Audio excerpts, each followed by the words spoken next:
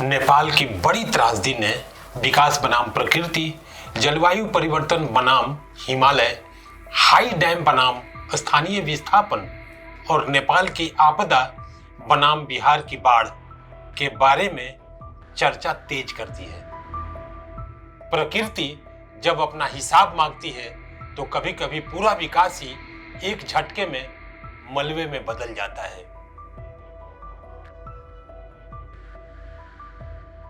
नेपाल की बड़ी त्रासदी ने विकास बनाम प्रकृति, जलवायु परिवर्तन बनाम हिमालय, हाई डैम बनाम स्थानीय विस्थापन और नेपाल की आपदा बनाम बिहार की बाढ़ के बारे में चर्चा तेज कर दी है।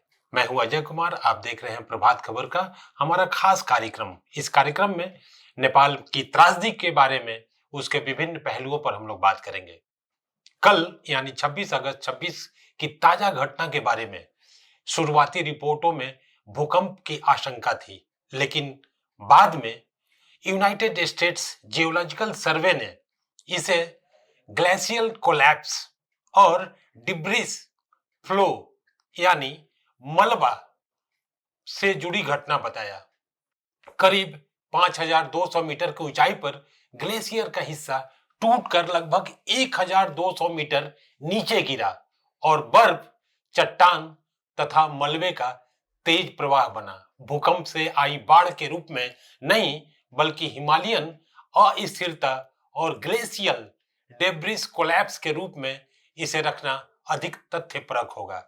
जी हां दोस्तों, विकास इंसान को प्रकृति पर विजय का सपना देता है, लेकिन प्रकृति जब अपना हिसाब मांगती है तो कभी कभी पूरा विकास ही एक झटके में मलबे में बदल जाता है। और हमने देखा नेपाल में क्या कुछ हुआ। सवाल यह नहीं है कि नेपाल में बाढ़ क्यों आई, सवाल इससे बड़ा है, क्या हमने विकास के नाम पर हिमालय को इतना अस्थिर कर दिया है कि अब प्रकृति की एक हलचल हजारों जिंदगियां तबाह कर सकती हैं। और एक दूसरा सवाल, अगर पानी को रोकने के लिए नेपाल में बड़े बांध बना दिए जाएं तो क्या बाढ़ रुक जाएगी, या फिर हम एक खतरे से बचने के लिए दूसरा खतरा पैदा करेंगे। और सबसे महत्वपूर्ण, नेपाल के पहाड़ों में आने वाली तबाही का अगला अध्याय क्या बिहार के मैदानों में लिखा जाएगा। 26 अगस्त 2026 को नेपाल तिब्बत सीमा पर भोटे कोशी नदी के इलाके में अचानक ऐसी बाढ़ आई कि देखते देखते सड़कें, पुल, घर, इंफ्रास्ट्रक्चर पानी और मलबे के नीचे दब गए। बुधवार की देर रात तक नेपाल में 157 मौतों की पुष्टि हो चुकी थी और सैकड़ों लोग लापता थे। चीन के तिब्बत क्षेत्र में भी मौतें और बड़ी संख्या में लोगों के लापता होने की खबर है। लेकिन इस त्रासदी का सबसे भयानक और शायद ये कहानी कि क्या सिर्फ ये बारिश के चलते हुई। ऐसा लगता है कि कल पहाड़ खुद नदी में उतर आया। 26 अगस्त की घटना के शुरुआती घंटों में भूकंप को संभावित कारण माना गया, लेकिन बाद में वैज्ञानिक विश्लेषण ने तस्वीर बदल दी। यूएसजीएस के अनुसार जिस सेस्मिक सिग्नल को पहले भूकंप माना गया था, आगे के विश्लेषण में वह ग्लेशियल कोलैप्स और डेब्रिस फ्लो से पैदा हुआ पाया गया। यानी पहाड़ का एक हिस्सा बर्फ, चट्टान और मलबे के साथ नीचे आया। सवाल यह भी है कि क्या इसे सीधे क्लाइमेट चेंज डिजास्टर कहना वैज्ञानिक रूप से सही होगा, क्योंकि किसी एक घटना को सिर्फ जलवायु परिवर्तन से जोड़ देना भी वैज्ञानिक रूप से ठीक नहीं माना जाता है। लेकिन व्यापक तस्वीर ज्यादा गंभीर है दोस्तों। हिमालयन रीजन का अध्ययन करने वाले मानते हैं कि हिमालय में वार्मिंग से ज्यादा ग्लेशियर रिट्रीट, परफॉर्मेंस रिडक्शन और ऐसे बदलाव बढ़ रहे हैं जो लैंडस्लाइड और ग्लेशियल आउटबर्स्ट, फ्लड जैसे खतरों को बढ़ा सकते हैं। किसी खास घटना को क्लाइमेट चेंज से जोड़ने के लिए एट्रीब्यूशन स्टडी जरूरी होती है। यानी वैज्ञानिक भाषा में बात यह नहीं है कि क्लाइमेट चेंज ने यह बाढ़ पैदा की, बल्कि ज्यादा सटीक सवाल यह है कि क्या क्लाइमेट चेंज ने ऐसी घटनाओं के लिए जमीन ज्यादा अस्थिर कर दी है? और क्या इसका जवाब तेजी से चिंता पैदा करने वाला नहीं है?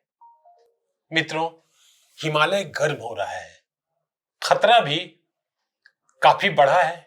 International centre for integrated mountain development यानी ICIMOD और अन्य वैज्ञानिक अध्ययनों के मुताबिक हिंदू कुश हिमालय में ग्लेशियर तेजी से पीछे हट रहे हैं। नेपाल ने 1980 से 2010 के बीच अपने ग्लेशियर क्षेत्र का लगभग 1/4 हिस्सा खो दिया है और 2011 से 2020 के बीच हिंदू कुश हिमालय में ग्लेशियरों के पिघलने की दर पिछले दशक की तुलना में लगभग 65% तेज रही है। इसका अर्थ काफी खतरनाक होता है। इसका मतलब क्या है? ग्लेशियर केवल बर्फ के पहाड़ नहीं है, वे प्राकृतिक जलाशय हैं, साल भर पानी देते हैं, लेकिन जब तापमान बढ़ता है तो ग्लेशियर पीछे हटते हैं। उनके पीछे झीलें बनती हैं, कहीं मोराइन्स प्राकृतिक बांध की तरफ पानी रोकते हैं और अगर यह प्राकृतिक बांध टूट गया तो पानी सिर्फ पानी नहीं रहता, उसमें पत्थर होते हैं, मलबा होता है, बर्फ होती है, पेड़ होते हैं और वह नीचे की तरफ एक चलती हुई दीवार बन जाता है। CIMOD ने नेपाल में ग्लेशियर झीलों और उसके जोखिम को लेकर अध्ययन किया है और उसने पाया कि जो डाउन स्ट्रीम की आबादी है वह कैसे इसके खतरे के जद में है। सवाल यह है कि क्या नेपाल में यह पहली तबाही है? नहीं, यह इतिहास में एक और चेतावनी है। यह घटना बताती है कि हर बार सिर्फ बारिश से नहीं आती, कभी पहाड़ नदी को रोकता है और फिर नदी पहाड़ का बनाया हुआ बांध तोड़ देती है। लेकिन क्या सिर्फ प्रकृति दोषी है? यहीं से असली सवाल शुरू होता है मित्रों। हम कहते हैं प्रकृति नाराज है, जलवायु बदल रही है, ग्लेशियर पिघल रहे हैं, बारिश चरम पर पहुंच रही है, लेकिन एक सवाल हमें खुद से भी पूछना चाहिए, क्या हमारी विकास की अवधारणा भी इस आपदा को बढ़ा नहीं रही है? नेपाल में सड़कें बन रही हैं, टनल बन रहे हैं, हाइड्रो पावर प्रोजेक्ट्स बन रहे हैं, नदियों पर पुल बन रहे हैं, पर्यटन बढ़ रहा है, नदी किनारे शहर फैल रहे हैं और जहां कभी सिर्फ नदी बहती थी वहां अब घर हैं, होटल हैं, सड़कें हैं, पुल हैं, बिजली घर है, व्यापार है, कारोबारी क्षेत्र है, यानी खतरा वही है। खड़ी होने वाली संपत्ति और आबादी कई गुना बढ़ गई है। भूकंप प्राकृतिक खतरा है, लेकिन भूकंप से कितनी मौत होगी यह इस पर भी निर्भर करता है कि हमने कहां और कैसा निर्माण किया है। बाढ़ प्राकृतिक घटना है, लेकिन बाढ़ आपदा तब बनती है जब हमने फ्लड प्लान में घर और इंफ्रास्ट्रक्चर खड़े कर दिए हैं। फिर इसका समाधान क्या है? High dam. अब हम आते हैं उस सवाल पर जिसे बिहार दशकों से पूछता रहा है, नेपाल में हाई डैम क्यों नहीं बनता? विशेष रूप से सप्तकोशी हाई डैम। यह कोई नई योजना नहीं है। सप्तकोशी हाई डैम का विचार दशकों पुराना है। इसका उद्देश्य केवल बिजली बनाना नहीं है। इसके 3 बड़े उद्देश्य बताए जाते हैं। पहला, बिजली उत्पादन, सिंचाई और सबसे जरूरी, बाढ़ नियंत्रण। भारत और नेपाल ने 2024 में ज्वाइंट प्रोजेक्ट ऑफिस के जरिए सप्तकोशी हाई डैम और सनकोशी स्टोरेज कम डाइवर्सन परियोजना की जांच और DPR प्रक्रिया आगे बढ़ाई थी। 2022 में दोनों देशों ने फिर इस परियोजना को आगे बढ़ाने और DPR को तेजी देने पर सहमति जताई, लेकिन सवाल वही, 2 दशक से ज्यादा समय बाद भी इस मामले में कोई खास प्रगति नहीं हो पाई है। हाई डैम के रास्ते में सबसे बड़ी दीवार क्या है? यह सवाल उठता है। इसका जवाब केवल भारत नेपाल संबंध नहीं है, बल्कि इसके पीछे भी हमें जाकर देखना होगा। इसके भीतर नेपाल की भी अपनी चिंताएं हैं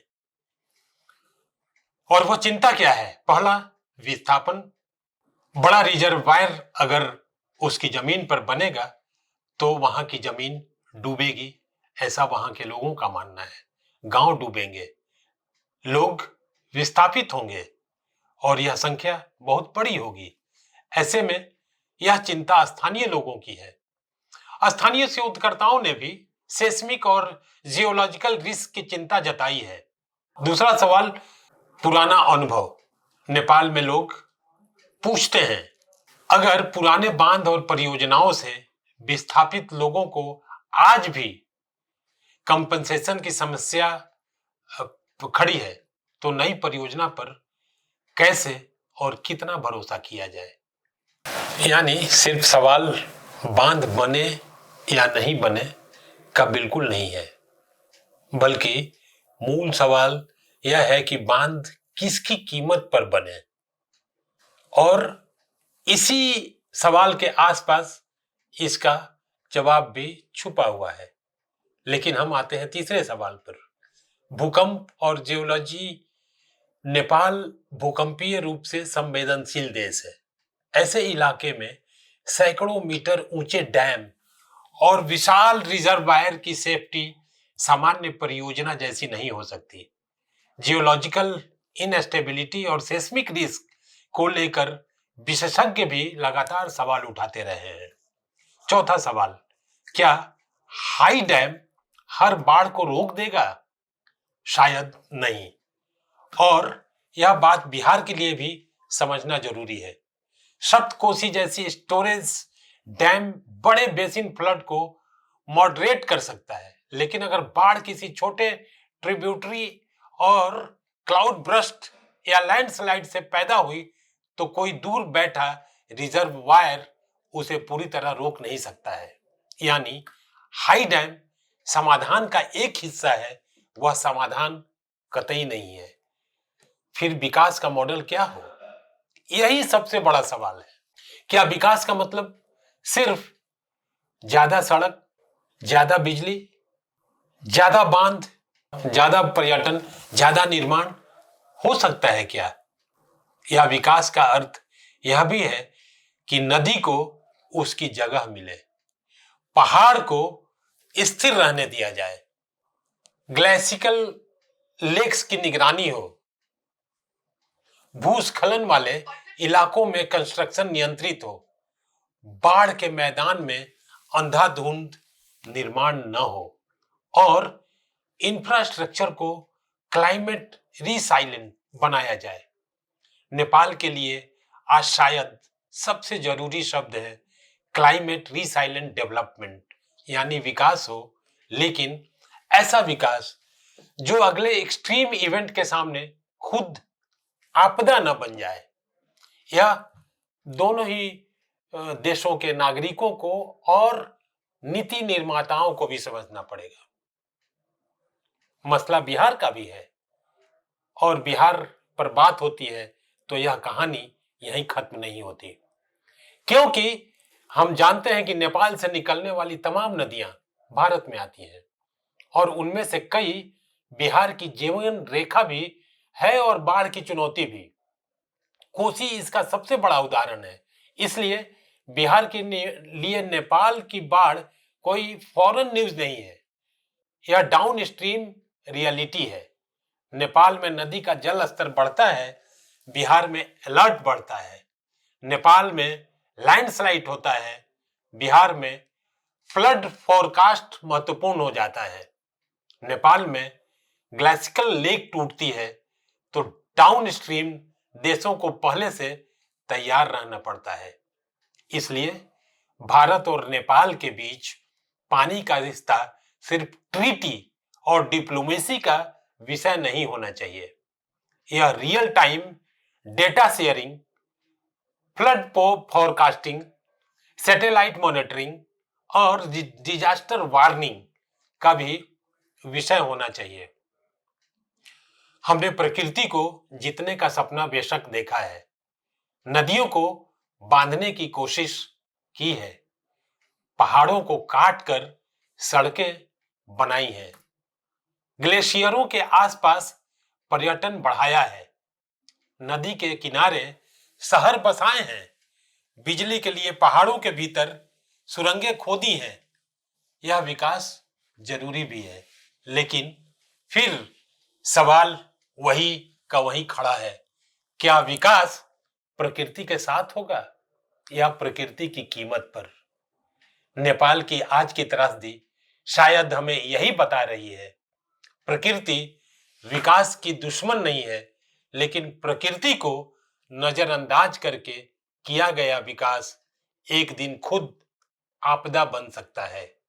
और हाई डैम, हाँ बिल्कुल, आपके मन में भी यही सवाल उठ रहा होगा कि हाई डैम को लेकर जो बातें हो रही हैं उसका क्या? तो जहां तक वैज्ञानिक अध्ययन, पर्यावरणीय सुरक्षा और स्थानीय सहमति हो, वहां बड़े बांध, स्टोरेज प्रोजेक्ट बाढ़ नियंत्रण, बिजली और सिंचाई में महत्वपूर्ण भूमिका निभा सकते हैं। और सबसे जरूरी, भारत नेपाल का भरोसेमंद जल सहयोग, क्योंकि हिमालय की चोटियों पर गिरने वाली हर बूंद की अपनी कोई सीमा नहीं होती, वह सीमा पार करती है, नदी बनती है, नेपाल से भारत आती है और बिहार के खेतों, गांवों और शहरों तक पहुंचती है। इसलिए सवाल सिर्फ यह नहीं है कि नेपाल में अगली बाढ़ कब आएगी। अगली बाढ़ आने से पहले हम विकास, प्रकृति और नदी के बीच संतुलन बनाना सीख पाएंगे। नमस्कार, मैं हूं अजय कुमार। आप अभी देख रहे थे हमारा कार्यक्रम, खास कार्यक्रम नेपाल त्रासदी और उसकी वजहों को लेकर जो हमने बात की उसके बारे में। इस कार्यक्रम पर हम आपकी राय जानना चाहेंगे। आप हमारे इनबॉक्स में जाएं और अपनी प्रतिक्रिया दें। हमें उसका इंतजार रहेगा। हम उसका स्वागत करते हैं। फिर हम किसी नए विषय को लेकर आपके सामने हाजिर होंगे। तब तक दीजिए इजाजत। बहुत बहुत धन्यवाद। नमस्कार। प्रभातखबर.com, विश्वास वही, रफ्तार नहीं।